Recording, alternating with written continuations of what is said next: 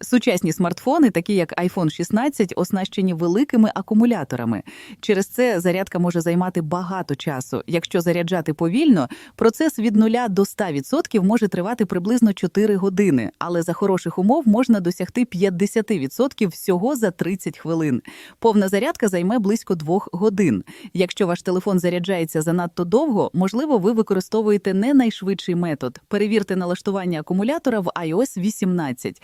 iPhone 16 підтримує зарядку до 27 Вт через USB-C. Використовуйте 30-ваттний адаптер, щоб зарядити телефон за приблизно 2 години. Для цього потрібен USB-C кабель та сертифікований адаптер. Наприклад, зарядний пристрій від Mophie або подвійний адаптер Apple на 35 Вт. Якщо 30-ваттного адаптера немає, можна скористатися 20-ваттним. Це трохи збільшить час зарядки. Також є швидка бездротова зарядка через MagSafe. Вона дозволяє заряджати потужністю до 25 Вт. Це майже так само швидко, як дротова зарядка, але менш ефективно через нагрівання акумулятора. Обирайте між дротовою та бездротовою зарядкою згідно з вашими потребами. Якщо важлива швидкість, краще використовувати 30-ваттний адаптер і заряджати через USB-C, але для зручності підійде і бездротова зарядка MagSafe. Торт зі смаком морозива стане чудовою знахідкою для вас. Він дуже простий у приготуванні. Не потрібно замішувати тісто, розкочувати коржі чи випікати. Це ідеально підходить для сучасних господинь. Смак улюбленого пломбіру створює гармонію. Торт-пломбір готується за 45 хвилин. Плюс час на просочування. Він розрахований на 8 порцій. Вам знадобляться 400 мл молока, 200 г цукру, 1 яйце, 500 мл вершків. Також 100 грамів вершкового масла, 3 столові ложки крохмалю і 10 грамів ванільного цукру. Для коржів потрібні 250 грамів борошна, 70 грамів цукру і 150 грамів вершкового масла. Середня зарплата в Польщі сильно різниця в залежності від міста. У грудні 2024 року найвищі зарплати були в Кракові, Гданську та Варшаві. У Кракові люди заробляли понад 10 678 злотих. У Гданську трохи більше 10 640 злотих. У Варшаві понад 10 456 злотих. Це через розвиток галузей, як от IT, фінанси, паливна промисловість та бізнес-послуги. У Познані, Вроцлаві і Катовіце зарплати теж високі. Вони коливаються від 9411 до 9522 злотих. Економіку тут підтримують промисловість, послуги та іноземні інвестиції.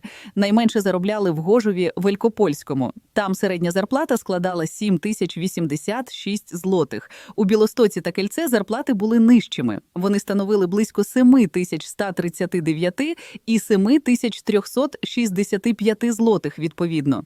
Загалом середня зарплата в Польщі в грудні 2024 року була 8821 злотий. Китай активно зміцнює свої військові можливості. Вони переймають досвід з війни в Україні. Авіаексперт Анатолій Храпчинський вважає, що Китай використовує українські технології для підготовки своїх військових. Вони тренуються з різними дронами, як розвідувальними, так і ударними. Китай аналізує бойові дії в Україні. Це дає їм тактичну перевагу. Це виклик для світової спільноти. Влада Пекіну має економічні та технологічні інструменти. Вони можуть вплинути на глобальну політику. Президент Артур Харитонов зазначив, що Китай зосереджений на знищенні цивільної та інформаційної інфраструктури. Це частина нової воєнної доктрини Сі Цзіньпіна. Китайські технології в авіації вже перевершують російські та європейські. Експерти прогнозують появу конкурентних літаків 5-го і 6-го покоління. На відміну від Європи, яка використовує американську авіацію, Китай розвиває власні технології. Вони спостерігають за подіями в Україні. Також співпрацюють з іншими країнами, такими як Північна Корея та Іран. Продюсер Вадим Лисиця розповів про минулі стосунки з Оленою Тополею, відомою як Альоша. Він зізнався, що зраджував свою дружину Вікторію з Оленою. Вони зустрілися в Запоріжжі. Олені тоді було 15 років, а Вадиму – 26. Потім вони почали співпрацювати і переїхали до Києва.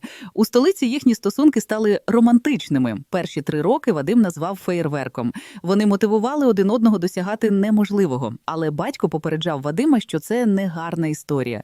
Зрештою, Вадим розлучився розлучився з дружиною. Згодом Вадим і Олена розійшлися. Вадим зрозумів, що Олена хоче зосередитися на кар'єрі. Він відчув, що залишився без нічого. Зараз вони не спілкуються. За словами Вадима, їм немає про що говорити. Олена звертається до нього тільки при потребі. У середу, 23 квітня, в місті Гуякіль, що в Еквадорі, стався жахливий злочин. Бандити викрали дружину та дитину футболіста Джексона Родрігеса. Вони увірвалися в його дім близько 3-ї години ночі. Зловмисники шукали самого Джексона, але коли дізналися, що його немає вдома, забрали його родину. Футболіст розповів поліції, що в цей час ховався під ліжком. Він почув, як виламують двері. Злочинці увійшли в дім із застосуванням сили. Вони вкрали гроші та інші речі, а також викрали дружину і сина. Джексон бачив, як злочинці втекли на сірому пікапі з подвійною кабіною. Зараз він під захистом поліції. Джексон Родрігес грає за клуб «Емелек» з 2018 року. Він має досвід у Кубку Лібертадорес. Цей випадок стався під час надзвичайного стану в 9 регіонах Еквадору. Це рішення уряду має допомогти боротися з організованою злочинністю, яка винна у зростанні насильства в країні. Дональд Трамп знову висловився про війну в Україні. Він вірить, що Володимир Путін може його послухати і зупинити обстріли. Трамп вважає, що обидві сторони, Україна і Росія, хочуть миру. Вони повинні сісти за стіл переговорів. Лідер Сполучених Штатів заявив, що має власний дедлайн для угоди, але не надав деталей. Трамп також зазначив, що щотижня гине близько 5 тисяч солдатів. Раніше він говорив про 2,5 тисячі загиблих. Президент упевнений, що мир можливий, але незадоволений, що процес займає багато часу. Він сподівається на швидше укладення мирної угоди. Білий дім також підкреслив, що їм уривається терпець. Мирна угода повинна бути досягнута скоріше. Володимир Зеленський вже відповів на цю заяву. Росія продовжує атакувати Донецьку область. 24 квітня агресор вдарив по промисловій зоні міста Краматорськ. Було пошкоджено будівлю залізничного вокзалу. За попередньою інформацією, окупанти використали авіабомбу. Внаслідок обстрілу постраждали вікна та фасад вокзалу. Також пошкоджено приміщення пошти, банку, 4 багатоквартирні будинки, гаражі, магазини та громадський транспорт. Відповідальні служби зараз з'ясовують усі наслідки руйнувань. На щастя, обійшлося без постраждалих. Рух потягів здійснюється за графіком. Комунальні служби працюють над ліквідацією пошкоджень. Міський контакт-центр приймає заяви на обстеження пошкодженого житла. Це допоможе людям подати заявки на відновлення. Нагадаємо, 8 квітня російська армія атакувала місто дронами. Тоді постраждало 3 особи, серед них була дитина. У Кремлі усвідомлюють, що війна з Україною загрожує і самій Росії. Це стосується стабільності в країні та влади. Генерал-майор Вадим Скібіцький на форумі в Києві розповів про страхи російської влади. Один з них – порушення стабільності в Росії. Інший – можливий розкол держави.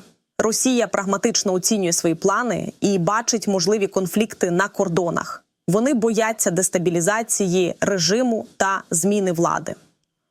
Також їх турбують внутрішні проблеми через велику та багатонаціональну територію. Ще один виклик – збереження цілісності країни.